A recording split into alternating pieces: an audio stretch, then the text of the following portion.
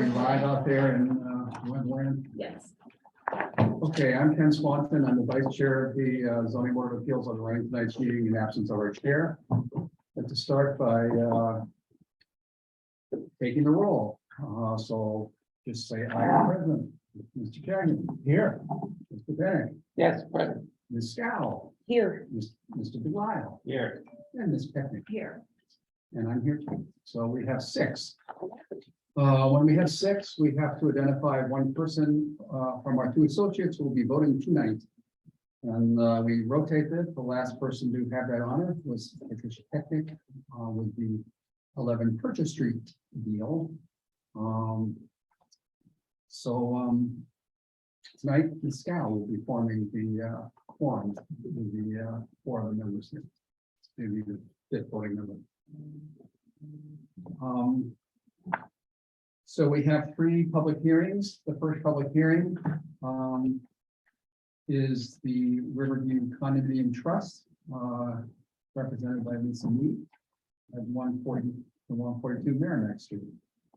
And we start this by having a presentation, and then we'll have questions from the public.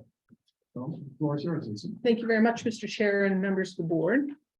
And I'll wait for Caitlin to get the presentation up. For the record, Lisa Mead, Tellerman Costa, 30 Green Street in Newburyport. And with me this evening is Eileen Graff, who is the architect on the project. Also with me are the owners of this 2-unit condominium, Michael and Lois Noonan, and John and Betty Troy. Here. And they're the owners of the Riverview condominium, which is a 2-unit condominium, as I just said. The property is located, if you go to the next slide, please. The property is located in the WMD and the DCOD zoning districts. And it's improved with a 2-unit condominium structure and use. The front brick portion of the structure, which you'll see in a minute, was originally constructed in and around 1810, according to the district data sheets, and early 19th century, according to the Form B, and 1850, according to the assessor's record. That's the favorite date the assessors have, is 1850. They like to put that on everything. The structure is listed as contributory on the district data sheets. However, there was a significant addition and reconstruction done in 1986. In 1986, the property was then zoned B2, which has 100% lot coverage requirements and 0 setback requirements. There was a variance granted for the use of the property as a 2-family because it wasn't allowed at the time, and with the requirement that they provide 4 parking spaces. The property has since been rezoned to the WMD, where 2-family use is permitted either by special permit or in certain instances by right. If you have multiple uses on your property and no more than 33% of the property is used for residential use, you can actually have a 2-family use by right in the WMD. Otherwise, it's by special permit. Nonetheless, this property was allowed to be used as 2-family use by a variance. 100% of the property currently and before was used for 2-family use, and it will continue to have 100% of the property used for 2-family use as well.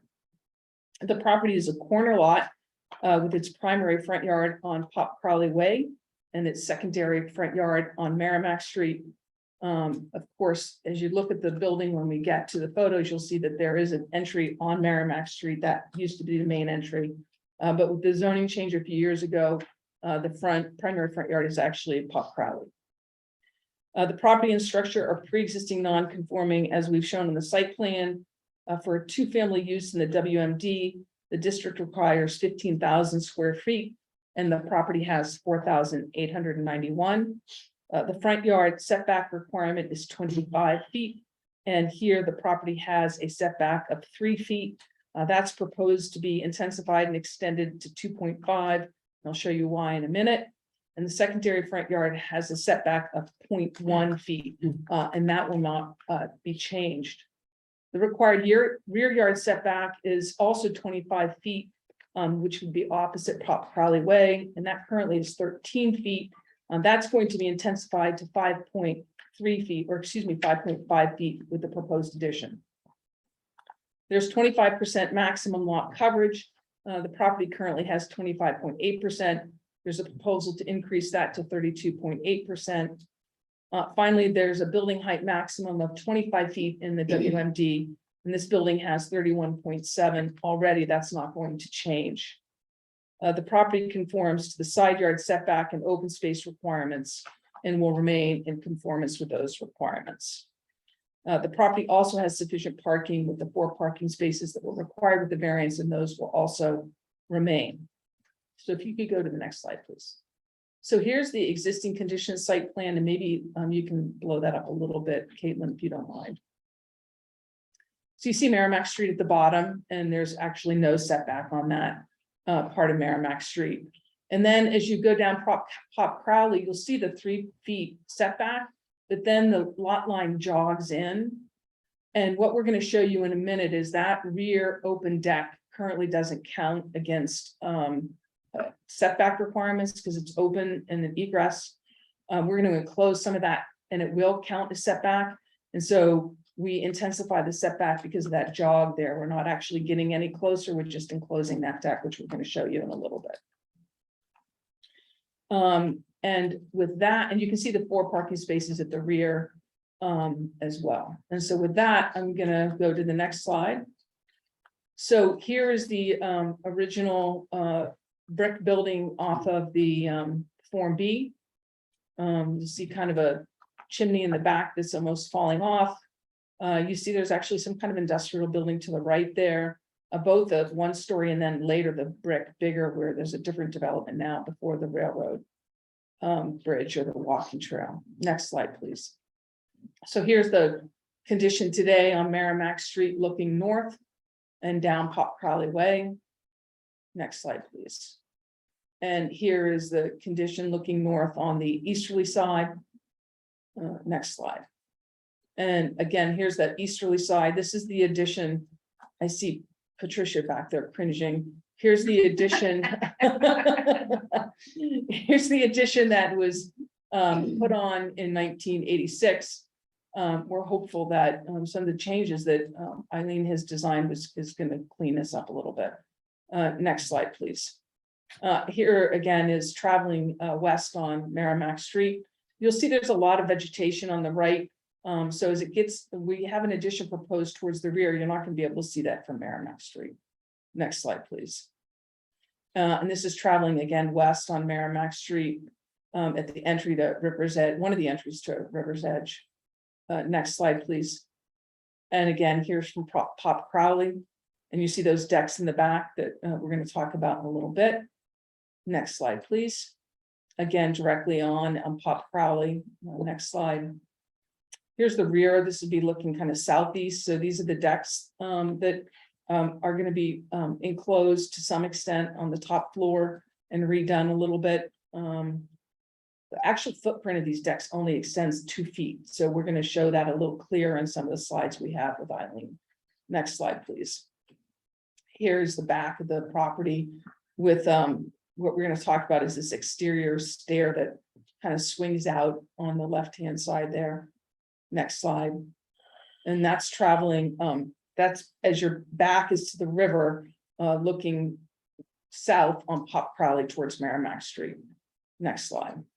And this is just a little bit further down in, with Cashman Park to your right, River's Edge to your left. Next slide, please. And this is all the way at the edge, not quite at the edge of the river, but back at the cul-de-sac looking up towards Merrimack Street. Next slide. So the proposal is that it will remain a 2-family use and it will retain the 4 parking spaces.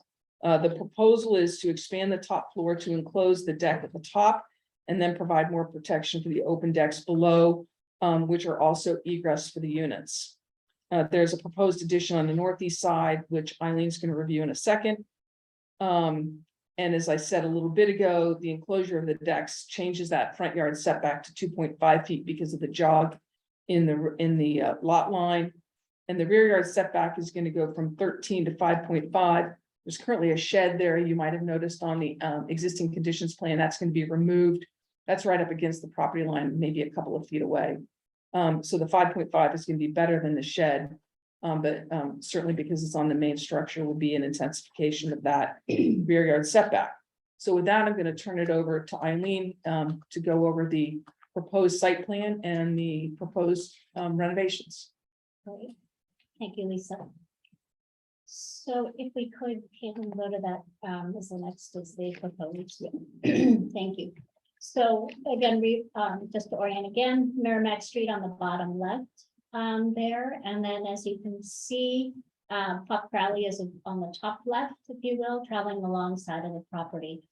So what I'd like to do is just sort of help describe some of the architectural changes so that you can understand where these modifications to the building are happening. And so what Lisa kept referencing on the jog in the property line on the Puck Crowley Way is that little kink that happens sort of midway.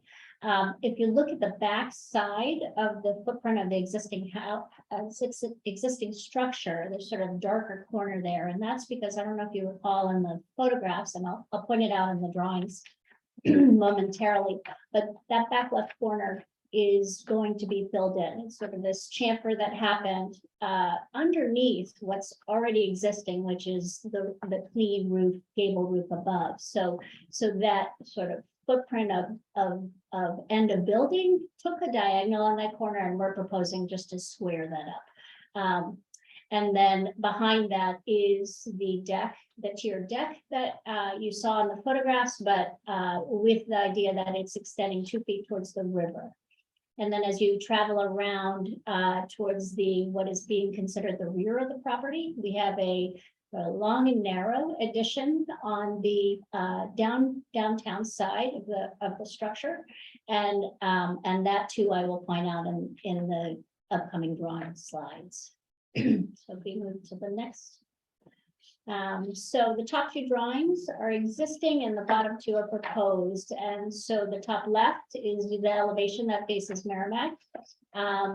As already noted, this was the primary entry into the building. But yet, as you saw in the site plan, the parking spots on the rear of this property, a long skinny property. Therefore, if you look to the top right, really the primary way the residents come in and out is from the rear. And so you could see these two staircases, sort of curved staircases to left and right on that top right drawing, and the tiered decks there. And so they travel up either one of those, and then yet behind on the left side, what I've called out is, I'm calling it a stair tower, but there's this section that's actually walled and enclosed to keep traveling up to the next floor above. Completely closed, open to above, but yet walled in. So it's sort of this tunnel-like aspect as you travel up. The reasons that we are in front of you are because the owners would like to make some changes that will help this, where this is their prominent way in and out of the building. They'd like to improve some of the conditions that are happening by being on the northern side of the property and being very exposed. There's a lot of wind, a lot of weather coming in on this back side. The current tiered decks are all open, so rain is coming right through. As mentioned earlier, there's a long, tall row of evergreens to the left of the rear elevation there, on the downtown side of the property, that end up shading that whole left side of the rear, making it rather sort of tough conditions for them to come in and out of. So that's what's prompting these changes that I'm going to help sort of point out in the bottom two drawings. So the bottom left drawing is the front elevation. And what I want to point out is there's that, what I'll call this sort of cantilevered bay window, if you will, and that is sitting closer to Merrimack Street. Behind it on the top left drawing, I'm just going to point out that that's the stair tower that I was talking about that's enclosed. And roughly that projection right now is about 8'9" off of the brick building towards downtown. Now, if we travel to the bottom drawing, you could see the addition there, and that addition is 7'3" off of the brick building. While it is taller, it is narrower than what you're seeing for that stair tower. And then if we go to the bottom right drawing, this is the view from the river. Again, you are seeing that same 7'3" projection there off of the left side of the building. What we're trying to do is provide that addition, that 7'3", is providing an enclosed way staircase up the building so that there's both covered entries on that back side, simplified staircases, and then again, an enclosed safe area for them to go up and down. In addition to some of the improvements, is trying to give covering over the proposed decks. So instead of this rain coming down 3 levels there, we've extended the roof on the top floor, which also on the top level created some living space. But so now you're only going to see 2 levels of deck space, but it's an extrusion of the existing roof that's there currently. So if we could then go to the next slide, and we'll show you this from the side. So top view is the view from Pop Crowley. Again, that if you look towards the deck side there, where you can see some sliders, that's that chamfered corner that I was referring to, that's getting filled in and squared up. And then if you look to the bottom left, what I added from the first round of drawings, but for this presentation, I added a dash line to help represent where the decks are currently. And then how you can see 2 more feet of an extension towards the river to help sort of convey the slight increase in depth. So maybe you could just blow that up a little bit, so everybody can see the actual extension. So that's the existing condition, that dotted line. Correct, And so you can see that the extension is only 2 feet towards the river. correct, beyond. And again, that line that designates proposed and existing, that roof up there, while we are missing the corner, that roof exists currently. So we're simply extending from that line between proposed and existing to the river by 10 feet at the roof level. Okay, and then to the next slide to help convey the changes there. So here from the downtown side of the property, you could see the stair tower that I was referencing that helps travel up and down this building. And you could also see the staircase cleaned up as well, leading down to the ground level. What I want to point out on this side too is that in addition to the stair tower, I'll call it, it's 7'3" off of the building, but only 19.3 in width. And it is, I want to reference in some other photos, which we'll get to soon, which is, and Lisa touched on it, there's an existing shed currently. This is all much tighter than the existing shed that's there now, and that is being removed. So this is a much tighter condition to the existing building. If we go down one slide. So what we've tried to do here is create some renderings to start to talk about what the aesthetics of this building will be in some of these modifications. So to the right is the rendering trying to show and project some of these changes that we're hoping to achieve.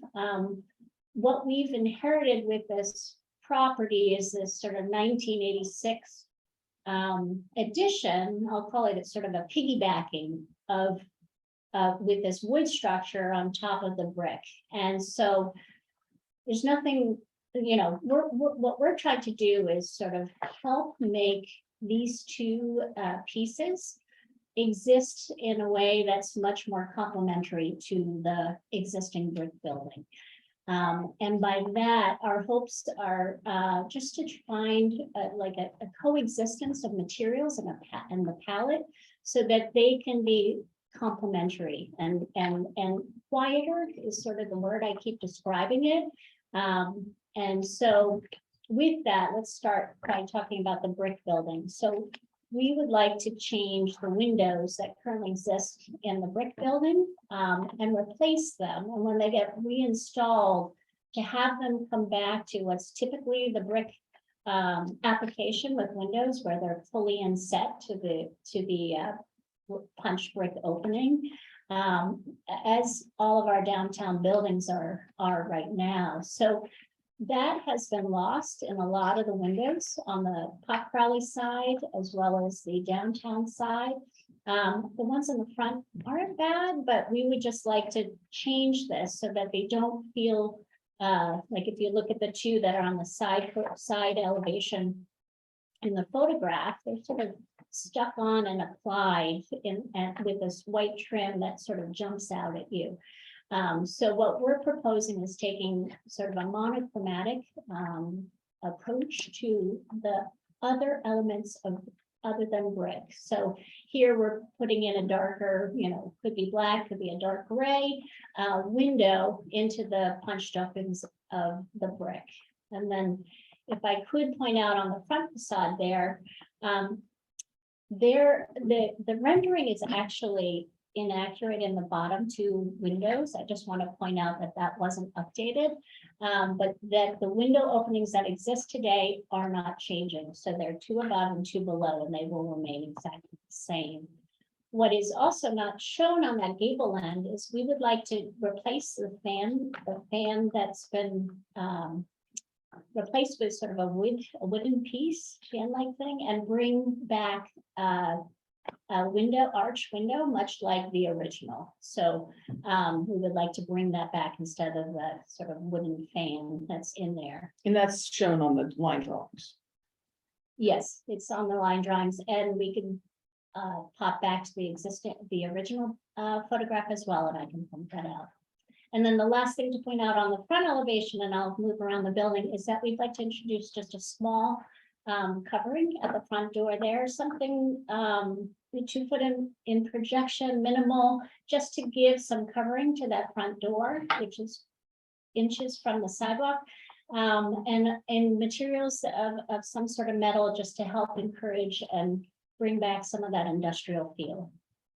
And then as we move towards the back of the building, I can touch, can we stay, Caitlin? Stay on the wooden part now is what I want to convey is that the windows that we're choosing, and as can be seen on the brick part, is that we would like to go, the original photographs were showing the 2/2. And we would like to propose what we're just going to call a 4-light. We'd like it to be a one sash rather than the double hung, but creating that 4-light look, just to help keep it as light as we can, much like the original photograph. The double hungs, while they in modern day double hungs, they're a lot heavier than what used to be. So we just would like to keep it as light as possible. So therefore, the 4-light window on the brick is now traveling down the wood structure as well. So as you can see, towards the back is the covered porches, and then the top floor having the roof above it as well. And then go to the next slide. Here's the view from more of the water side, conveying the decks and the living space above that. One of the changes here as well is that the railing system that was previously there is being changed with a solid glass panel. Once again, in efforts to create a little bit more protection from the wind while not taken away from the views. On the next slide. And then here's the view from the downtown side. So again, on this, you can see the stair tower on the back side there. On the left side, the photograph, you can start to see the shed there. So I think this one, in my point of view, sort of has the most glaring or jarring aesthetic on the left photograph. And just with the contrast of the white and the gray clapboards, etc. And what we are hoping to achieve and the changes aesthetically is just something that is working together with the brick to have something that can, again, sort of complement each other and let the brick sort of take on sort of its own, in a quieter way, let it exist without the contrast of the wood and the whites. And then if I could summarize the architectural changes, really while a few items are sort of extending some nonconformities, really the goals, they are goals of simplifying the back elevation and improving the use and functionality of coming and going from this building are huge gains in comparison. So that's what we're trying to achieve with these changes. Again, building height doesn't change. That stays the same. So we're really sort of working with the vocabulary that's there currently and just making slight improvements to it. And with that, I'll pass the presentation back to Lisa. Thank you, Eileen. You go to the next slide, please. So the criteria under section 9 for special permit for nonconformities for a two-family use residential structure is first that the board must find that there's no new nonconformities, and as we've reviewed here, there are no new nonconformities on this project. The second is that the proposed change will not be substantially more detrimental to the neighborhood than the pre-existing non-conforming structure. As to that, the existing nonconformities regarding the primary front yard setback, rear setback, and lot coverage will either be extended or intensified, depending on which one you're talking about.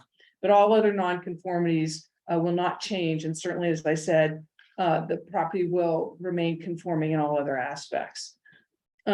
As to whether or not the proposed change is substantially more detrimental to the neighborhood, here we think it's important that the board consider that the structure underwent significant changes in 1986. And that we believe that the presentation that Eileen has provided to you kind of softens that rather eclectic addition that was done in 1986. And in fact improves and certainly doesn't make substantially more detrimental the existing nonconformity. The primary front yard setback is being extended from 3 feet to 2.5, but largely done because of the filling in of that champering and the completion of the deck. And then in addition to that, the jog in that primary front yard. Additionally, while the rear yard setback is being intensified from 13 feet to 5.5, the existing shed is being removed, and so being right up against that property line will be eliminated. And again, that rear yard, there's a nice row of vegetation and tall trees along there, and it won't be seen from Merrimack Street. The lot coverage is increasing 7% from 25.8% to 32.8%. That's due largely to covering the rear deck, in addition to that 7 foot plus addition on the side for the stair addition on the building. As this board knows, uncovered decks of course don't count, but now we're adding the covering to that rear deck. Additionally, in the surrounding neighborhood, which I'm going to show you in a minute, there are a number of existing properties that appear well over to exceed lot coverage requirements in this area of the city, both along Merrimack Street, up Strong and Olive, in those streets, and even adjacent properties along Merrimack Street. And so this certainly isn't unusual or substantially more detrimental as compared to surrounding properties. And here, based upon the minor extension and the existing primary front yard setback nonconformity, we think that given the proposed changes, which really kind of bring together, and as Eileen says, is more in harmony with the existing structure, it's certainly not substantially more detrimental to the neighborhood than the existing structure. I will also say that the owners have gone to great lengths to talk to all of their neighbors. And we've provided 7 letters of non-opposition to the board regarding these changes as well. And if you could go to the last slide, Thank you. So here's the My Maps slide. The highlighting on My Maps is a little tough because the property line actually goes a little bit more to the east. But you can see that lot coverage in the general vicinity, aside from River's Edge, is pretty much the entire lot. And certainly there's a significant portion of this lot, over 60%, that remains open and not covered. And so we believe that the proposed changes are certainly not substantially more detrimental to the neighborhood. And we haven't created any new nonconformities and would request the board approve same. Okay, thank you very much. Thank you. Okay, at this point in the hearing, we take any comments, either for or against, or just questions or whatever from any member of the audience, both here in the room or out in Zoom land, but we'll start with here in the room. So if anybody would like to say a few words about it, now's the time. And I don't see anybody who wants to. So if anybody out in Zoom land would like to click on raise your hand, we can recognize you. And Caitlin, I don't see anybody. Do you? We have one. So if you could unmute your mic, you have the floor. Susan Martinson, and please state your name and your address for the record. Hi, I'm Susan Martinson. I live directly across the street at 151 Merrimack Street in Newburyport. Hi, greetings. We can hear you well. Okay, great. I'm sorry, I did not receive a letter or notice from the neighbors, despite, I guess, the attempts made, or that Lisa has claimed the attempts were made from the neighbors, or notices or letters of approval. So the only notice I got was that the zoning board was meeting about the site. So just, I guess, another question. I am happy to see that nothing is going to be changed in terms of the roof line or to the front. And then I guess basically when would the construction start and sort of other timing sort of around that? And do you think it will interfere? I guess it still will be the same occupancy. And I'm sorry if you're repeating yourself based on that. Thank you if you can answer those questions. Okay, thank you. And the way we do this, by the way, is we don't directly answer questions at this point. We collect all of the public input. And then the board asks, each member of the board here asks questions, and they invariably will ask the question you just asked. So if you stay tuned, you should hear the answer to your questions. If you have no other questions and no other comments, we'll see if anybody else would like to say anything. Anybody else? Okay, we'll close that part of the hearing. Now we go to questions from the board. Who on the board would like to begin? I can start. Go ahead.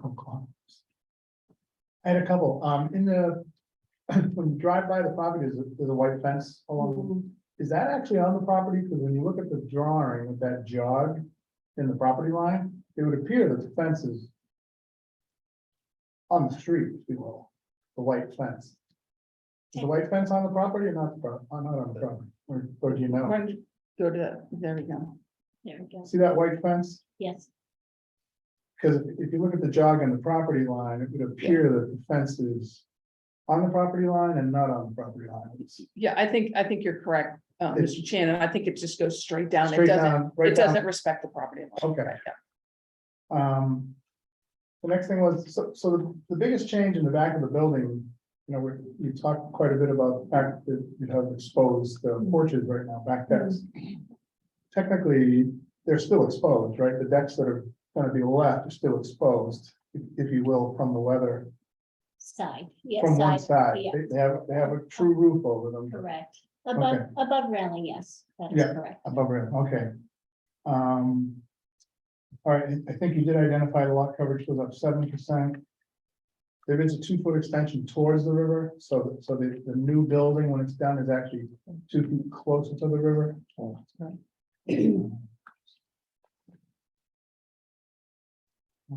think that's all I have. I just want to make sure I understood. Thank you. Well, now that we've started going around the room, Mr. Bennett. Thank you. Just a couple of questions. I'm looking at the renderings and thank you for those. They're quite helpful. Sometimes I have a problem visualizing the lines and angles, but in any event, are you proposing to re-clapboard or resurface the exterior here along the lines reflected in this? Or is that just an artistic touch there? Because obviously that color it's much more harmonious with the brick than what's existing there now. That's correct, yes. So I'm happy to answer that. It is the proposal to replace what's there. And actually what we're proposing is a horizontal V groove. So a little bit wider board than what you're seeing on the building currently in the blue.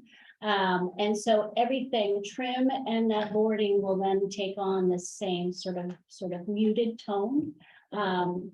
To sort of minimize the contrast to the eye, yes. Okay.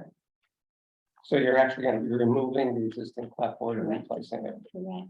There's some odd details in the way they did that renovation.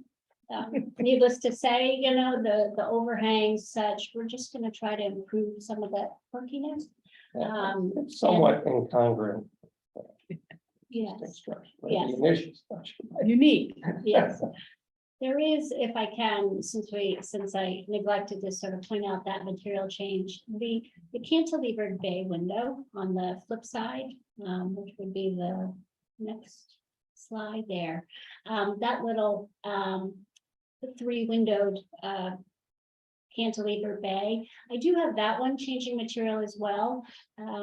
Because it wasn't quite continuous to the rest of the wood form, if you will. I do have a horizontal boarding there, but it might take something that's more natural in color, narrower in proportion, something a little lighter. So something that still complements the brick and the muted wood, but of a different vocabulary, just because the form itself didn't seem to warrant the same wide board.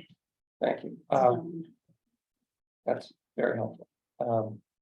Maybe you can help me on this one, Attorney Mead. I understand that the rear yard is being extended from 13 to 5.5 feet. Did I read that correctly? Correct. Okay, but you just advised Mr. Shagman here. Two different rear yards. Well, two different front yards, one rear yard, one side yard. Ah, No, it's the whole, what's the front yard situation? Right, So okay. if you could go to the proposed side, proposed site plan, right there, thank you, and just blow it up a little bit.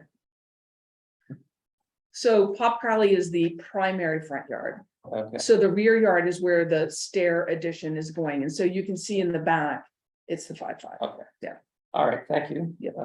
Thank you. Mr. Shagman. my question was towards the river, which technically is a side yard. Okay. Even yeah, though it's- That is the side I was yard. trying to get Right. And now, my last question, as you're standing on the decks, which I'm looking towards the river. What are you looking at? Let me rephrase that. What is in the abutting lot? Right to the north, I guess, of your property. Sure, so it's parking lot and River's Edge condominium. So if we go to the my maps all the way at the end. And that's, excuse me, is that the parking lot for what? The parking lot for River's Edge condominium Okay. is what that Okay. is. Okay, thank you. Right. That's all I have. All right, Ms. Scow, would you like to go next? Yeah, I had an additional question about I guess the street side, the addition of the overhang.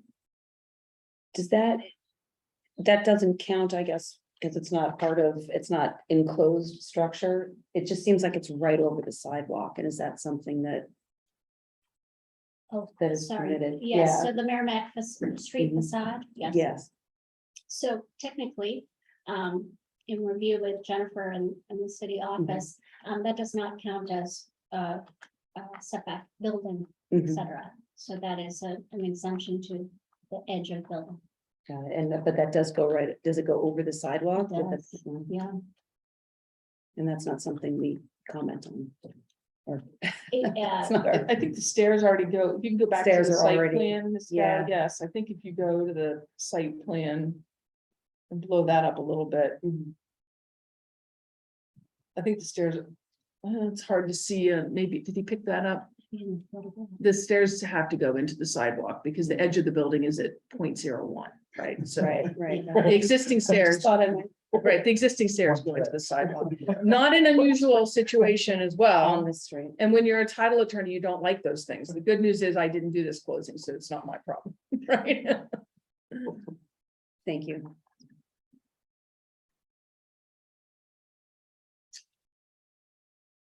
You have anything else? I don't have anything else. Mr. Dewan? Thank you, Mr. Chairman.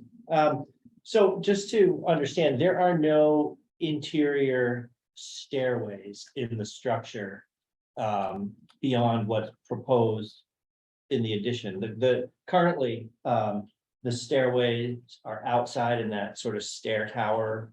The front entry has staircase which splitting and going to each unit. Oh, I as see. well. Okay, so the each door on side- Merrimack Street? Correct, Okay, correct. okay. But that's not the rear, entering from the rear of the structure is preferred as the parking spaces are back there and, Correct. yeah, okay. Okay, that's my only question, thanks. And there's no sidewalk either, so if you're in the front, you can't. Yeah. Walk on the road to get. On the pop crawling side, yeah. Ms. Peckman? Yes, so I'll pick up on Ms. Martinson's questions. Is there work being done on the interior that will create additional bedrooms? What will be the change in occupancy and how about the construction schedules? So the occupancy continues to be a 2-unit condominium. I don't know if you're doing any, no new bedrooms, any new bedrooms. There is one more bedroom on the top unit. Yeah. And maybe to help sort of give a little bit more information, each of the units, due to the additions, is increasing in square footage. So the bottom unit will increase by 348 square feet. And then the top unit will increase by 591. And that one a little bit more because it has that cantilever that stretching to the riverside on the top. But it's still a 2-unit condominium, as you suggested, and I'll just follow up on that, the construction question that was asked earlier. So Eileen thinks they'll start construction maybe in about 4 months, given the current climate, maybe not, unless you've got a contractor lined up already. And that would take approximately 6 months. Thanks. Can I jump in? Yeah, go ahead. I did have another question. With respect to the change in the cladding on the sort of added on piggybacked 1986 edition or 82 Mhm. edition, whatever. Will you be, the new materials, will that be like rot resistant stuff? Or do you not know that yet? That would be ideal. We're gonna go through pricing to see what will Yeah. happen. The realities. The realities, but that would be a nice thing for the conditions that are here. Okay, I have a couple questions. It was asked earlier about the stairs in the back. So as I understand it, if you want to come in from the front, there's a staircase, but everybody parks in the back. You go in the back. If you live on the first floor, you're fine. You walk in, but if you want to go upstairs, how does the person go upstairs? They go up the staircase that's out on the decks, basically? Is that the Currently, current way? Currently, Either that or yes. walk around to the front door and go up that way? correct, yes. What is the overall increase in volume of this space? What is the square feet before, as it exists right now of this building? And what is the square feet as proposed? Because we're supposed to assess the overall, impact on the massing volume of the building. And Give me 2 seconds. I know you have those calculations somewhere. Yeah. So you have them, go ahead. I do, yeah. So the existing conditions currently, the first floor, first and lower level is currently 1754. And it is increasing by 348 square feet to get to 2102. And then the existing square footage on the top two floors is currently 1808. And it's increasing by 591 square feet to be 2399. So. Doing a little math here, that looks like about a 25% increase in volume. Unless I'm mistaken. Just quickly doing the math. Now that includes space that, if I look at the building from the front, there are only 3 stories. I guess from the back, you can kind of see 3.5 stories. So a lot of that volume is in the ground, actually. So it's not something that appears from the outside to be a massive increase. Right. So, so the 25% increase in volume is actually conserving more. I guess I like some of the things you're doing. I like the, I appreciate seeing the renderings that weren't in the advanced materials, because that was helpful to see, are you being more sensitive to the original building? And in general, this board has often been okay with extending, you know, if you're too tight to a lot line, to allow you to extend it. You know, typically people want to build on the back and they'll extend to the back, as long as they don't encroach more to the side. My concern here is you're encroaching to the side to the tune of 7.5 feet. And I know technically it's the back, because technically Pop Crowley Way is longer, but this is 140 Merrimack Street. Most people drive by, don't know the way the law is written, assume you're on Merrimack Street. So it's this big, we call it a staircase, but it's a pretty big bulge out to the right, which is pretty rare for us to do, particularly one that you can see so visibly from the street. So I guess my question is, I understand why it's critical to have, or be very desirable. If I lived there, I'd want to be able to walk upstairs too. But why not extend on the end, so you don't have to encroach on your sidelines so dramatically? I mean, that's not just an extension, that's a major intensification. So if I'm gonna let you answer part of that, but I do want to go to the, one of the photographs, if you wouldn't mind, Caitlin, of the view from Merrimack Street, from the, there, yeah, try that one there, yeah. And then, so there's a lot of vegetation on, the easterly side of the property line. So that's one view. And then if you go up a little bit more, Caitlin, right there, try that one there. And then you can see down this way too, if you're standing right in front of it, you're gonna be able to see a little bit of that in the back, but you've already got that extension off the second floor into that rear yard. But just to follow up, I mean, you are removing the shed, but I can barely see the shed because of the fence. Well, for sure. You are actually adding a 3-story building that's 7.5 feet bumped out. How much is the bump out on that little thing that's there now? That's about 4 feet. 4 feet? To give So you're you- going 7.5 feet. I mean, that's very unusual for us to be looking at proposals like this. I'm not trying to pick on you, I'm just saying, this is, Right. I don't see these. So I'm gonna let Eileen address the functionality issue and why it can't go back. So, so arguably, while it isn't if you were to consider all the facades of this building, this facade that we're putting on is actually the most back of house. So if you considered the pedestrian, the cars, and the way we interact with this building, it's really Merrimack, Pop Crowley, and then that view when you come around from Cashman up the backside of this building. So arguably, the location that it's in right now, which is already non-conforming, granted, it is going to the property, closer to the property line, but it's already non-conforming just by virtue of the rear setback. Of all facades, is probably the least impact to be placed. And I say that because this picture is really like a very intentional view. When most of us drive that road, we barely even see it. It's gone before you know it because of those trees, and then all of a sudden you're past the brick park. So it's a really small glimmer down that alley that we're looking at right now. You are correct in that it's taller than the shed, but it's also 3 feet more than that bay there, it's still pretty sort of close and uptight to that building.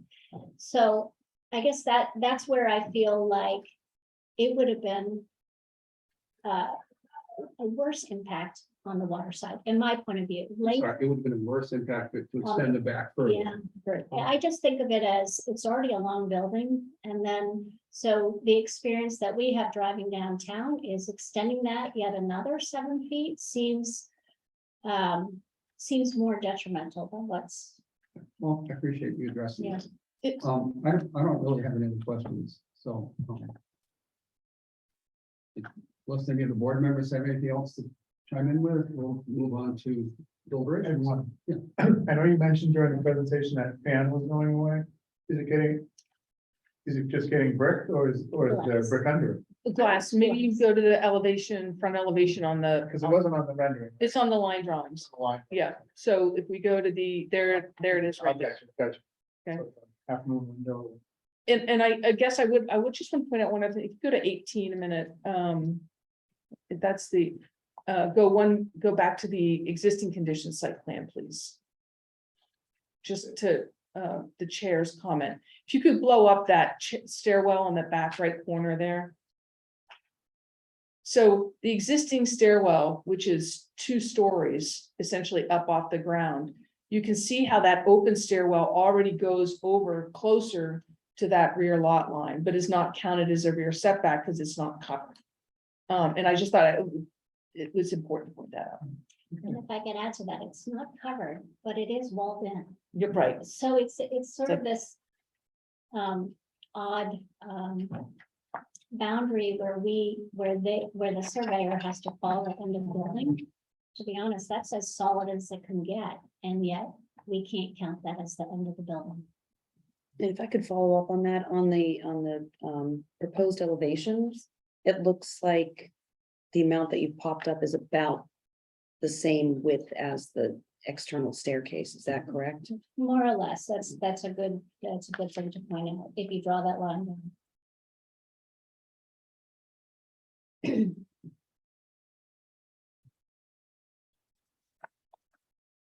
All right, if there's no other questions from the board, we'll move to deliberations. So I just will go around the table. So Same direction? Yeah. All right,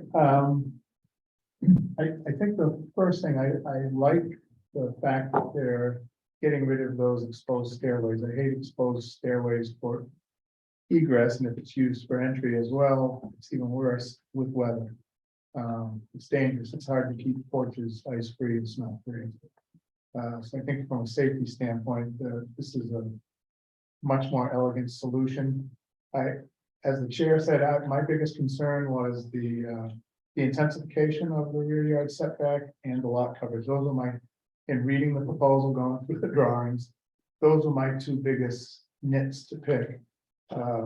But weighing against the improvements, and I think aesthetically, it's a much more pleasing building. I think it's it's a lovely change to a building that's awkward now. And when you drive around the back of it and look at that staircase, it's odd. What you're proposing, I think, is something that's much more aesthetically pleasing. So I'm torn between the improvements and the encroachments on the rear yard setback with the lot coverage. Those 2 are in a balance for me. But I have to say, I'm probably leaning more towards approving it based on, I like the changes. I think they've done well. Okay, thank you. Mr. Mary. Yeah, Shaggy touched on the points that I wanted to make. Certainly we're not, the architect does not have the luxury of painting on a clean canvas here. The 1986 addition is certainly incongruent, as I said, with the original structure, and therefore the ability to try to harmonize that with these improvements takes a bit of effort, and I believe that's been done in a very tasteful fashion. I agree. Right now, the exterior, particularly the open stairwells, are really unsightly to me. So this is a significant aesthetic improvement here for sure, at least in my opinion. Now, I take the point here that we're looking at nearly 1,000 feet of additional of an addition, and a significant extension of the non-conformity on this is at the rear yard. All of which, if we were to just look at those without looking at this holistically in the context of the entirety of this project, would give me pause. However, looking at this from an overall perspective, and also recognizing the fact that this is a much more now livable and safe, as Mr. Shagnon pointed out, structure, I find that I'm certainly supportive of this. Okay, thank you, Ms. Scott. I would echo the comments that have just been made. I think that this proposal brings the two almost different buildings together in a much more harmonious way, especially with the changes to the clapboard and everything. And while I do note, like we've talked about, that the volume increase is large for a lot this size, you know, a lot of it is, it's there even though it's not there in the form of those porches and the exterior staircases. So it's not such a grand volume increase to the eye from the outside, I think. And I do think that it's a nice project, and it looks, I think it's not substantially more detrimental to the neighborhood. Is actually an improvement to the existing structure. So I'd be inclined to support it. All right, Mr. Miller. Thank you, Mr. Chairman. Yeah, I'm going to echo the comments of my colleagues here. I think that, you know, we do have the increase in lot coverage and the rear yard setback going further back, you know, significantly further back is sort of a negative. However, when you look at, as Ms. Scow said, what is already kind of there, but not really there, I don't know that what is proposed rises to the level of being substantially more detrimental than what is currently existing. Maybe it's more detrimental, I don't know.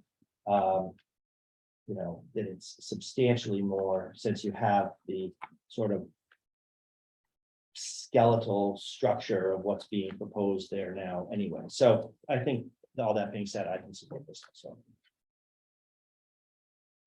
Mr. Beckman. Yeah, so I too would be concerned about the lot coverage intensification, especially in W and B, the open space decreasing and the volume increase.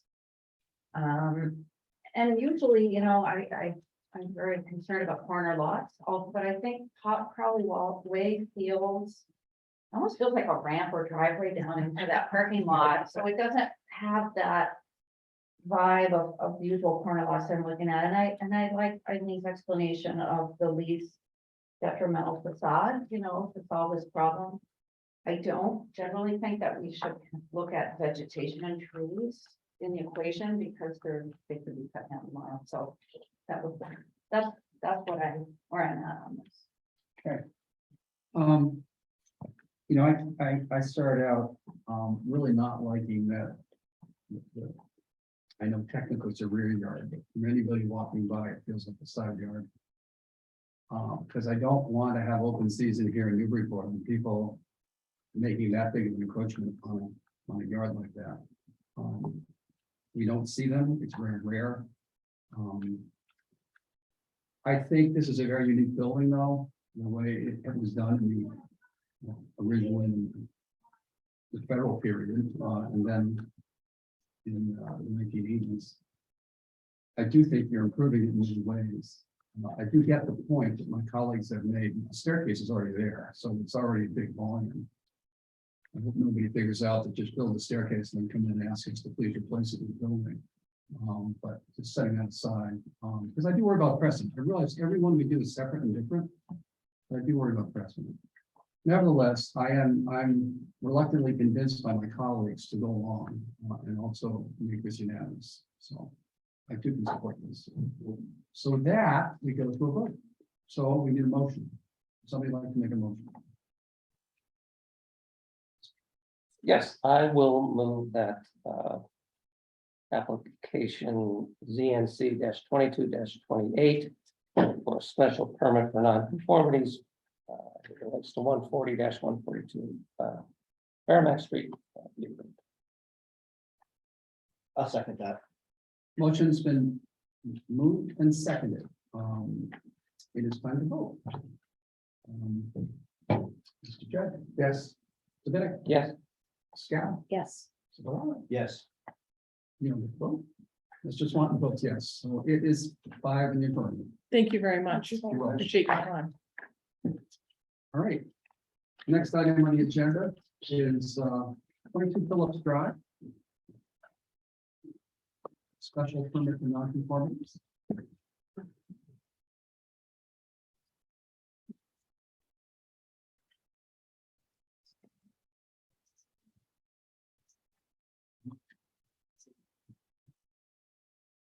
Well, good evening. Would you like to introduce yourself? Sure, absolutely. My name is Philip Cootie, and I live at 22 Phillips Drive. I've been a resident in this neighborhood for about 20 years. My family has grown up in this house, and we plan on staying here past my retirement. We've well, let me stick to my talking points here.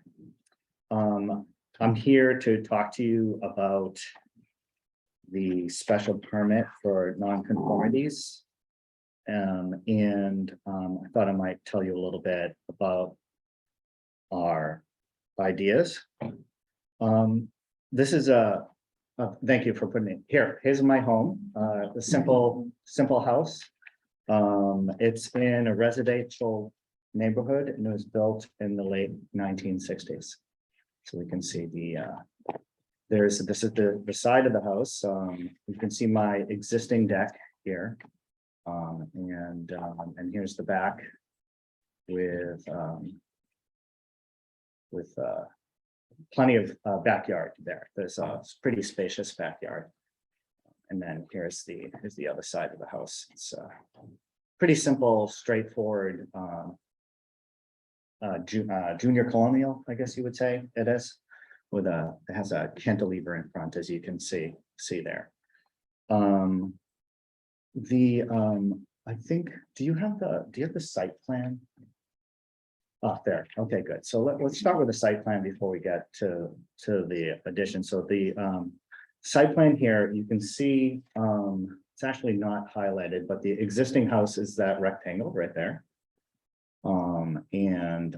I have actually the entirety of my property is not on the site map. It's probably the largest lot in the neighborhood. I have 7 abutting neighbors, most of whom I can't even see. So I'm at the bottom of a horseshoe, so that's why I have so many abutters. Let's see, so you can see that the addition to the home is in the back. And it's going to square the property more or less and add more growing space for all of us. Let's see, so that's the site plan. The planned addition, it squares the property, as I said, it goes out the back. The majority of this will not be visible from the road. There's a hedge right over there on the left, very tall hedge. It's about 3 stories high. So as the road wraps around the house, you'll see that you won't even know that that the addition is even there until you get to the front. And so can we go back to the, thank you. So here's what you would see from the street out in the front, and you can see the addition forms a nice little corner there. And that's the only, when my neighbors look at the house, that's about all they'll see of the addition. Is that front right there. There's no change to the front entrance. This isn't a remodeling. We're adding space to the house, so there's no change to the front entrance or any other front access, including no changes to the driveway or walkway leading to the house. So all you'll see is this window there off to the left. Where if we could go to the floor, maybe go to a floor. Oh, well, let's just go around the house here. So, okay, so this is the which side is this?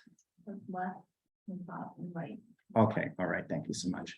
So this is the left side, the hedge, as I would say, the hedge side is on the top, and then Tracy's, my neighbor's side is right there. That's where you can see the deck, and you can see the way that we'll get. There's a little entrance right there that's a mudroom that you'll be able to see. And it's offset. It's further back from on the side. It goes in as it's an L, and it forms that nice space where you can have the deck. And, yeah. So then let's say if we can go to the floor plan. I wanted to just talk about that a little bit. So this is maybe there's which floor is that? Here we go. Oh, yeah. So this is sorry, having trouble remembering. That's the first floor. Okay, thank you. I just wanted to make sure they're similar. So here's the first floor. Again, there's no remodeling being done in the existing side except for the master bedroom now has a hallway in it leading to the addition. And then there's an extra bedroom, there's a big closet, and then a master bedroom and a master bath. So a pretty straightforward addition off the back. And so and then in the downstairs, we're also adding another bathroom, more space for yeah, if we can go to the downstairs floors. It's the one with the stair. Let's see. I'll let you find it. It's okay. It'll just take a second. That's it right there. No, where's the stairs? Is that it? Okay, that's it. All right, good. All right, so this is the some people call it the first floor, it's the bottom floor. And you can see there's just to the left is going to be the bathroom, where it's going to be a full bath with a shower. And then we'll have a mechanical room there, and then a large space. And so this is, we have the it's more space for the guests, more room for the kids to play, and a larger home hobby workshop for me. Let's see. That's it about the proposed addition. We talked about aesthetics, and maybe we could go back to just a picture of the front. We can see this is a typical home in my neighborhood. They all look like this. If we look at the rendering of the front,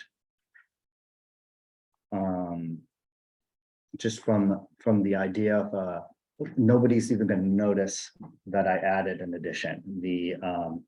It's all back of house. The design is complementary to the existing character of the neighborhood. I like how the design squares because I really admire the federal style square homes, and that the squareness of the addition sort of reflects that spirit of style of Newburyport. And there's no elevation either. And I think that from an aesthetics point of view, this addition isn't going to overpower the neighborhood. I've seen folks go up and the homes seem like they're sort of leaning into the street almost. But here, this addition won't overpower the neighborhood at all. It'll be quite complimentary. And I think I already mentioned that the shutters and everything are gonna stay the same. It's gonna be white, just like it is. We're gonna replace the siding, but with the same siding as exists now. We'll replace the windows, but with the same windows that we have now. The goals of this addition are improving the living space for a single growing family. So only my family is going to be living here. We're not adding rental space. We're adding more room for the fam.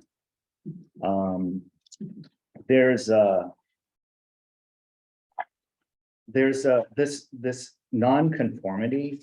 It's about 125 feet of frontage. For any addition that goes beyond 500 square feet, there's only 100 feet of frontage in my property, which means that I can't add even a shed onto my house without coming here to talk to you guys. But that's okay with me. I think it's good that you see what it is that we're doing. I want to mention also, I have letters from my neighbors. I haven't submitted yet. I actually have been collecting them. So I have 4 letters right now. And I can get more if you need them, but I brought them with me, but I can upload them to the system. Is that where I should put them? And would you like to see the letters or? Yeah. Yeah. I think I'm too. Okay, all right, good. You can upload. All right, good. Great. All right, and included with the signature, with the letters, some of them wrote statements, which I thought would be a nice touch, because there's just general consensus that this is just fine with everyone. I also included with that handout is all the materials that I shared with them, so that everybody could see, you know, what it was that I was doing, including the site plan, and I reviewed each of the documents with everyone. They're all quite nice people to have put up with me for that, and signed it. And I had 100%, you know, anybody that I asked signed on board. So I don't have any historical context for you guys outside of the neighborhoods built in the 60s, and would like to put an addition on it.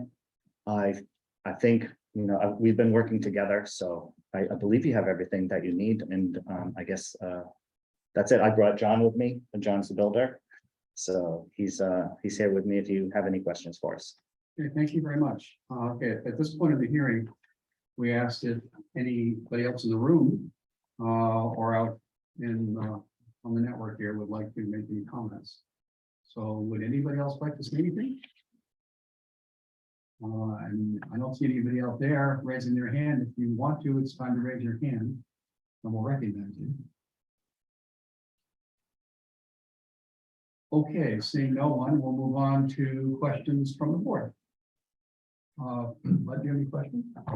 Yeah, just for information, do you know what the square footage of your house is today and what it'll be when the addition's put on? Right now, it's existing about 1,450 square feet.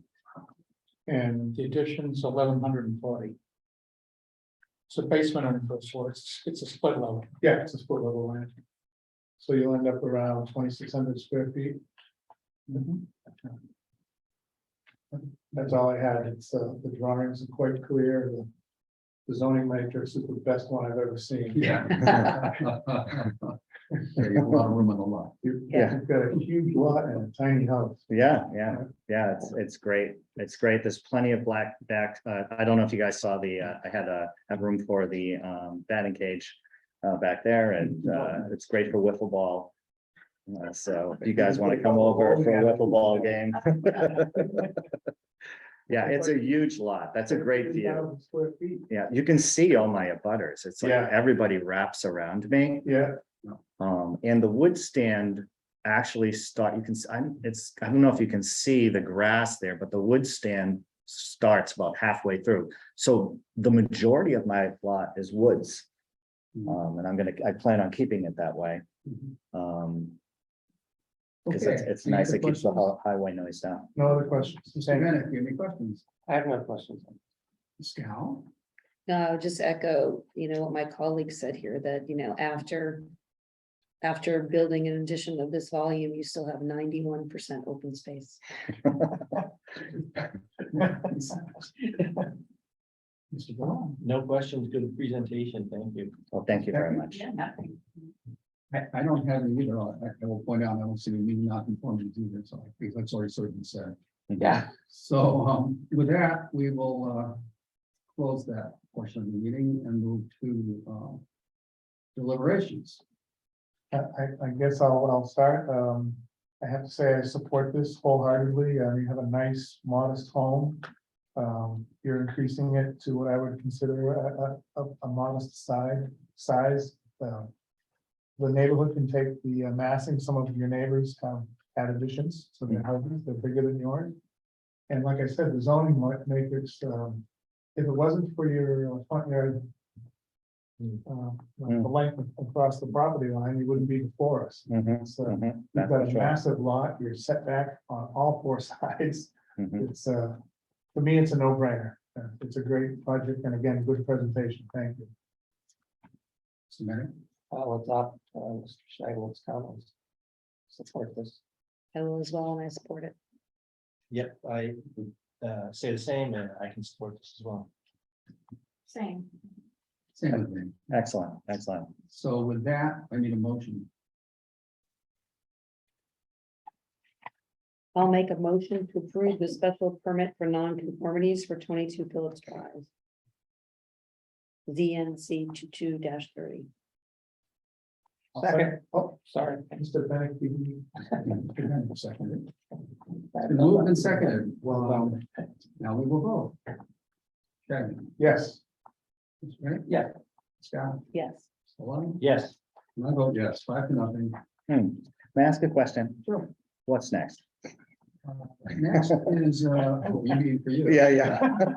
You'll have to ask her. Okay, all right, I'll just send you an email. Okay, all right, thank you so much. You're welcome. Good luck with it. Which they were also easy. Okay, next we have 20 Chapel Street.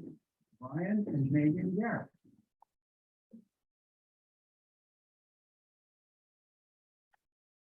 Evening, everyone. Hello. I'm Matt Landis from Scott Brown Architects, 48 Market Street. For the record, Brian's here with me. Megan is also joining via Zoom. If you have any questions, they're both here to answer them. So diving right in, this one was built in 1880 and has gone through several alterations throughout the years. Brian and Megan have done a number of those renovations. They've owned the property since 2017, and they are missing one major thing, is a proper mudroom, especially for a growing family. So the proposed design is to build a modest sized mudroom and covered porch on the west elevation in the rear of the property. So looking at the site plan, the addition is shown filling in the void space, which is between an existing sitting room and an office. The addition extends west, though, along the 20-foot setback line and is the 20-foot, rear setback line, and is sort of split right down the middle. It's half addition on the right and then half covered porch on the left. Zoning wise, there are three pre-existing non-conforming setbacks. It's the front, the right, and the rear. So adding this addition will extend the pre-existing non-conforming rear setback, but it won't intensify it. So the addition will also increase the lot coverage. It's a modest increase. It's from 28.4 to 30.9, where 25 is the maximum. And where this is an architectural site plan, part of the relief that we're requesting tonight is to extend the pre-existing non-conforming rear setback. That's just because we're really right on the line of where that rear setback line is. So if you could go to the next slide, please. So in plan here, the bubbled line shows the scope of work, and the addition extends about 5 feet out from the existing house. And then the covered porch sort of lines up with the left corner of where the sitting room is.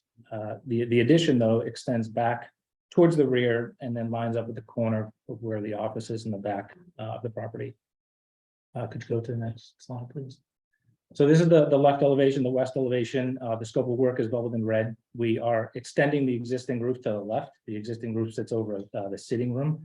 And we're also proposing new materials, windows, columns, and a new entry door, all to match the character and siding and materials in the existing home. And next slide, please. So this is the rear elevation. It shows the extension of the covered porch a little bit better and how it intersects with the existing sunroom. Next slide, please. Although this is not part of the relief that we're requesting tonight on the east elevation, which is what is in front of you now, is we're proposing a few added windows to add some much needed natural light into an existing stairwell, which currently is very dark. And all new windows will match the existing regarding to material and grille patterns as well. Next slide, please. Regarding the DCOD and the amount of wall removed, we're just under 7%, so we're pretty minor from that standpoint. And then finally, the last slide. So this is the last slide. These are the photos of the existing sunroom in the rear. These better show, the location for the new addition and how it'll align with the eave, just above where those triple windows are, and it'll extend to just about where that tree branches out from the double windows in the office. So then referencing the criteria for the special permit for nonconformities for single and two-family residential, there's two forms of relief that we're requesting tonight, but one is that there will be no addition of a new nonconformity, and with the proposed design here, we're not adding any new nonconformities. The second is that the proposed change won't be substantially more detrimental to the neighborhood and the pre-existing nonconforming structure or use. Here, the proposed addition extends, but it doesn't intensify the rear yard setback. The addition fits well within the existing home. It carries the same pitch of the existing sitting room. And the extension is compatible with some of the surrounding neighborhood context in regard to size and scale being barely visible from Chapel Street. And then finally, 3 letters of non-opposition have been submitted. I also have them with me in person tonight, just in case they weren't submitted on time. But that concludes the presentation on my end, and I turn it back over to the board with any questions. Great. All right, at this point, we'll throw it open for any comments, questions, support, or whatever from anybody else in the room or out in our Zoom audience. So if anybody would like to say anything, I don't see anyone in the room. Anybody in the Zoom audience want to raise their hand and say something? If not, we will close this portion of the meeting, and now we'll go to questions from the board, starting with Mr. Chairman. I don't have any questions here. Presentation was good. I understand what they're trying to do. It makes good sense. But I have no questions. Mr. Bennett, No questions. Ms. Scott, No questions. Mr. Belisle. None. Ms. Beckman. None. I actually don't have any either. This is pretty rare. Excellent. It's nice All right. work. Fine with me. Fine with me. We go right to deliberations. Mr. Shaggy. I guess I agree, there's no new non-conformity. The extension of the non-conforming rear yard setback, I feel, is very, very minor. As I drove around the house, I had a hard time figuring out, other than the drawings, I don't know if you could even see what they're gonna do to it. It's pretty well hidden. It's such a minor change to the building. It's certainly not more detrimental, and I'm sure it's an improvement for the owners of the home, so I can support it. Mr. Bennett. Yeah, I echo those comments. This is a very modest extension, and it's consistent with the neighborhood. Certainly isn't is certainly consistent with respect to scale, mass, and any other factors we have to consider. So I support it as well. Scott. Yeah, I would agree with all that has been said. I think that the volume is small and the location is out of sight. With what's there now, and it is certainly not more detrimental to the neighborhood. I could support it. Mr. Belisle. I will concur with my colleagues, and I too can support this plan. I agree with everything that's been said. I would also add that you're only extending, you're not intensifying, which I appreciate. Anyway, I can support this. So with that, we need a motion.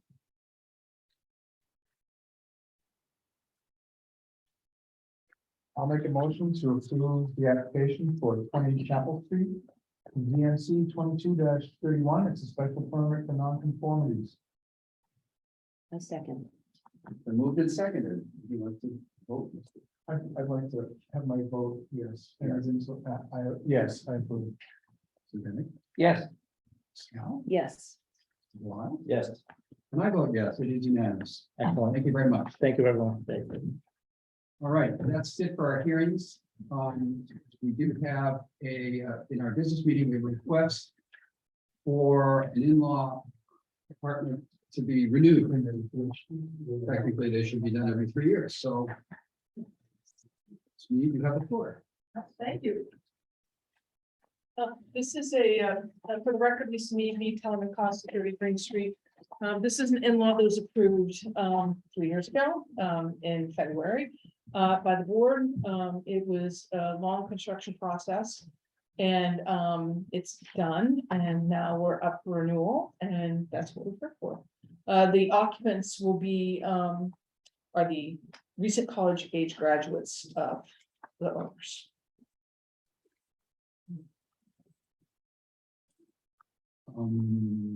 Any, we don't really have to go around the room. Anybody have any questions or comments from the board? Then we'll take a motion. Would someone like to make a motion? I'll make a motion to approve the request to extend the in-law special permit for 49 Kent Street for 3 additional years. This is 2020-11. I'll second the motion. Oh, sorry. All right, it's been moved and seconded. Mr. Jagan? Yes. All right, Yes, Ms. Scott? Yes. Yes. Did she vote on this? It's not a hearing. No, thank you, Lisa, appreciate it. Yes, it's unanimous. Thank you all very much. All right, Thank Have a you. good holiday. If I don't see you. yeah. Thank you too. You too. All right, correspondence, I don't know if you remember on 11 Purchase Street, we asked them to write on the fence to go meet with their neighbors Oh, yeah. and to come up with some type of. there's a letter that they submitted, saying, basically, we've met with the neighbors on both sides, and one's not gonna have a fence, and they're fine with that, and the other's gonna have a fence, and we all agree. They didn't copy the neighbors, but I assume they agreed. If anybody wants to see it, it exists. Oh, there it is on the board too. I can read that. That's the one that there was a fence on one side and the back fence, right? Right, and we had the neighbors come in from different On sides. both sides, one Yeah. wanted a fence, the other one said, I Right. don't really care. Apparently that's what's happening here. Okay. So, but we don't have to vote on that, but just for everybody's understanding that it exists. With that, we get to the approval of the minutes of the November 22nd meeting. So has everybody seen the minutes? I read them, I would put them in there. Any comments or comments or? Okay, then would somebody like to make a motion?